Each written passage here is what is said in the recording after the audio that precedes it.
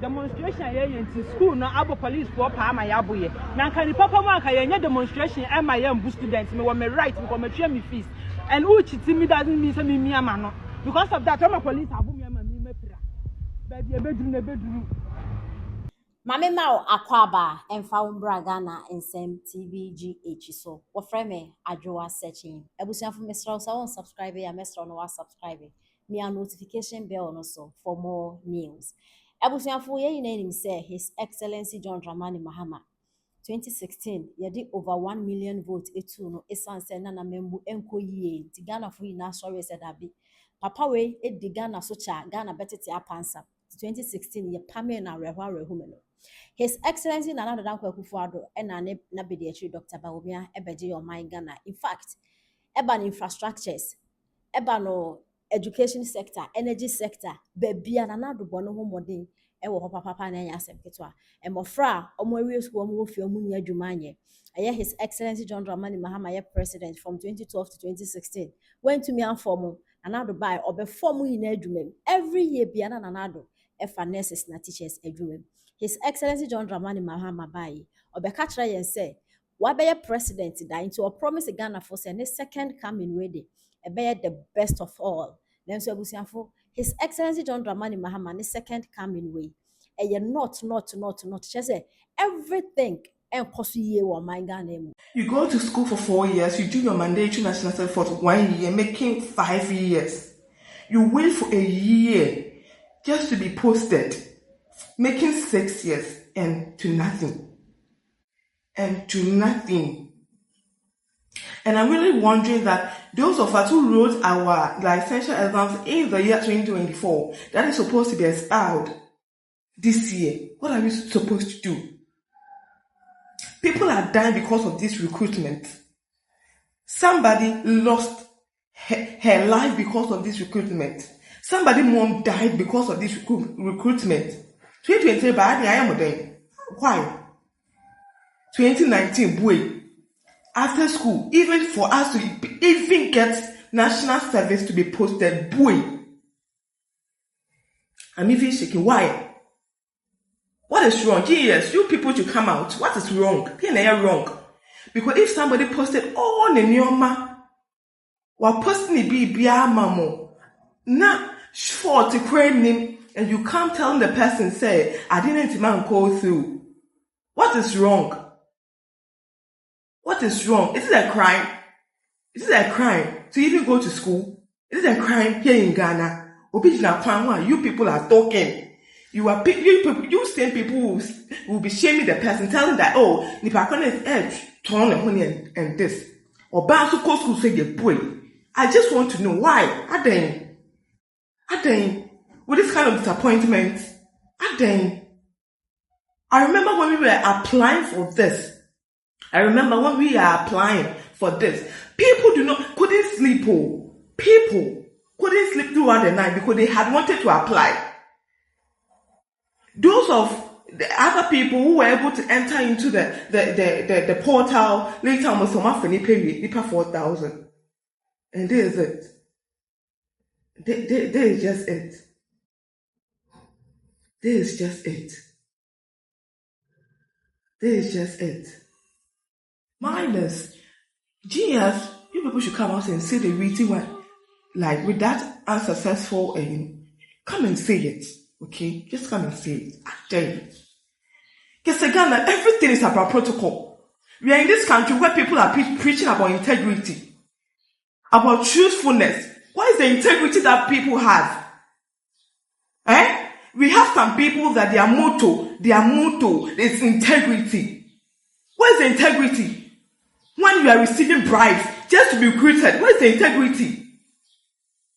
Then, what is the integrity? Even for like license examination, you people took money. We paid for it. We had to, in my time, we had to go to different colleges, different universities just to write this licensure exams. May I write mine at 10 or so? I must say, and this to nothing. Because somebody has paid 20,000, somebody has paid 15,000. So the person is worth it. than me. No problem. Fuel prices they be an rising. They be an drivers to your friend is a fuel lorry firm and they will come marketer. Just say that's open near the near the unquote and open near the near the now 200 cities. Just say Moko Jane name toes one day politics and the intimate. Na ebusuafo nurses me wo ye nurse ni na wo ti kromi ha na wo nim na wo fa placards e be demonstration na mo obi enke bi mamo because mo hu ye hi papa mo nurses fo e na teachers fo amogu fie especially mo abegu fie tro yi e ye mo a omampenda da ma kofo e ma mo maame mo free maternal care a wo de wo mo free and his excellency John another danko akufo the former president so e be ma mo free education me free SHS na mo koi Most am of we we school na nana do cry farm mu bi. Moko to me throw letter. Emma his excellency John Dramani Mahama bra no ye your friend is a former president. And answer all campaign is a Ghana phone to abema no. Mo throw letter the manager said the mo chere. Na ya catch na mo se papa na mo gigi no so a throw letter man no. Nya nim no se mo se da. Mo ti se mo ti ba bia no mo se da. Mo beto ama no. His excellency John Dramani Mahama ba ya. Next is almost mo ye demonstration Chese school na afre police for no mo be biri mo na chese school no me pomo aba so me tuche mama mo yie kra no man Ghana de etia na ti o because o man ntimi nkwani instead say dey o man ne be hye nipa ba ko fon sem na watimi a concentrate e bo o man no chese ono nim say every 8 years bia by hook or by crook Ghana fo betu ni nti no ko aba chese amembu na oteso no hu ni o ye no ho penten hye so but say map one party ba ko party eni say omo dwoman Ghana ho na so more around the country na ka ebehu make me understand eba ne say na president a wagina simpie so aye campaign a kire mofra so be mo adwuma 24-hour economy decent job na de bre mofra no and na wo buy a wo si market na nti abusuafo do wa wutie me no wo de mpacho minim so wo adwenda wo chiri eba ne say na president bi so be 24-hour economy 24-hour economy sa policy no so betumi a fulfill yes so si market na wo si dia ye den mo fa ni ko di gwa najo nurses na teachers so his essence John Family mama se munya botare o si 24-hour economy amamo we judge na 111 aguo o si 24-hour economy amamo ma ko di gwa najo why nti bona wo bo mo no kwaro ambo ye na president ni de udi na tema eye ne ya ni asoma police ya asoma cyber security for na ye hwehwe abefa osisi ya we o de we mo amon judge oh nyaizo the president no amameto ahemfo no amameto otumfo obeto no amameto togwe afede obeto no amameto do mahene obeto no omo pa bana na omo na omo so omo kotokoto no omo kotokoto ma bra mo ase no omo benya 2 minutes de eso omo so singa na ahemfo na oh dabi nti adantina transfer 4 years no be oteso forever nti adantina yewo youth omoti social media ha omudi ahemfo atama president John Dramani Mahama yi nani no de obi kese tiane pe na ye kwa chi sa ni pa no menti ase ma so mutu omo na nsi sa de no so abra constitution so akase tiase nipa bi obetwe camera si nanim and nipa bi obedi ohini bi atem bia no onko prison for 3 months and now 4 months it seems like our president seems or you bigger than Ghana nti ono de yenye den yen kana asem yeah na ka yewura otumfo yewura do mahene yewura togo afedamo ye won kofo bi omo yeden e kaseti omo yeden e didi omo atem anamontuo be no mo tuo fa ho nyaizo ba wo de bi opasa wo bo odin ho bai obia ni tumi obia ni that power so o kaseti aw na kura ne wan asa no krena asa wow ya president aka 3 years 2 years so wo ko wo da wo bo odin ho bai usuro kasatwe ya kasatwe pe na ya wo ya na ni oteso forever na no oteso watena so a abana mama ya vice president po na no tina ko nya so ona wo wan na so sani pan ye bia no di na tama enya wo ya wo tu ho na mo ba wo ya kasati apa na wo the soldiers cyber security wo the soldiers this a cyber force a five force no mo hwehwe ni pa na che no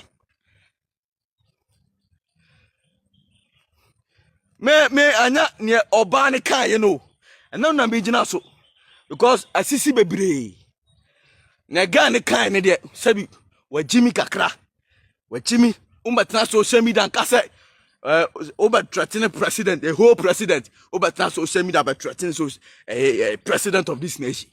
Girl, Nankasano, your sources have time now, bibi because and too bad. So, but not social media, I say, oh, being coup president on the money, Mahama, what do you Jimmy? Oh, are they? So, why not? Why not? And that's again, that's some American. But me can in the way say, yeah, you to know, I'm the Yahim for not Trasosa.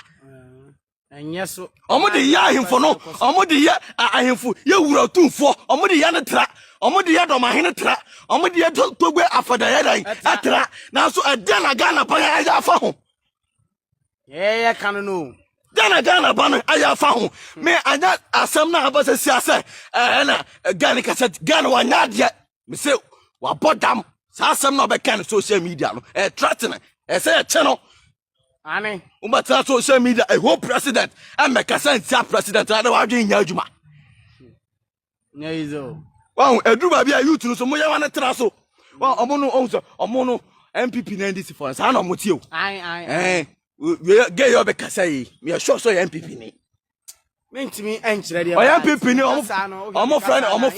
omo friend ba wo nyaba utie MPP ni MPP ni nti MPP ni ndc for sa omo di omo watem etwetwetwe omo sa na omo tie omo agura omo di ano no omo agura omo di ano no sa na ndc for no so tie na sa so na MPP for no so ye den etie omo life omo de te Ghana ha no okay ba ye kan okura bi wa say munyai ma ya ho ayahemfo for no ho nye den ento mo nanka akura bi afa camera sinanim aba social media abakasa naka wakasa okasa tia otumfo okasa tia togba afada okasa tia do mahina dia na mo na Ghana ban tufa ho ye bisa cyber security dia na mo na mutufa ho ye bisa mu ara president ne ko na ne hu hia o man we ya na that be how many years left 2 years left 2 years left no oyeden na okwa 3 years na okwa 4 years okwa what tell so akwata 8 years oyeden okwa but obabetu otumfo to say forever obetu do mahene to say forever obetu to go afede to say forever but ye won kofo bi social media o mani samp sa ya hemfu yi na mo kasa ye den etia mo cyber security dia no mo ye fa dia no mo ye fa ho Ghana ban dia na Ghana ban Ghana mani mama o ye fa ho dia no mo ye afa ho ti tese de bia en kasa ntia mahama nkwa na yehu se emra ne ye den eye adwuma de bia kasa tia mahama na yehu se Ghana ye wo mra bi wo ha eye adwuma ba ye kasa tia ahemfo no dia emra nye adwuma ye kasa tia ahemfo emra nye den eye adwuma enye na eye obuo dabi obuo no dabi subanfu same cyber security mo hwe ni ye ini afa ya minimi so akra enye kura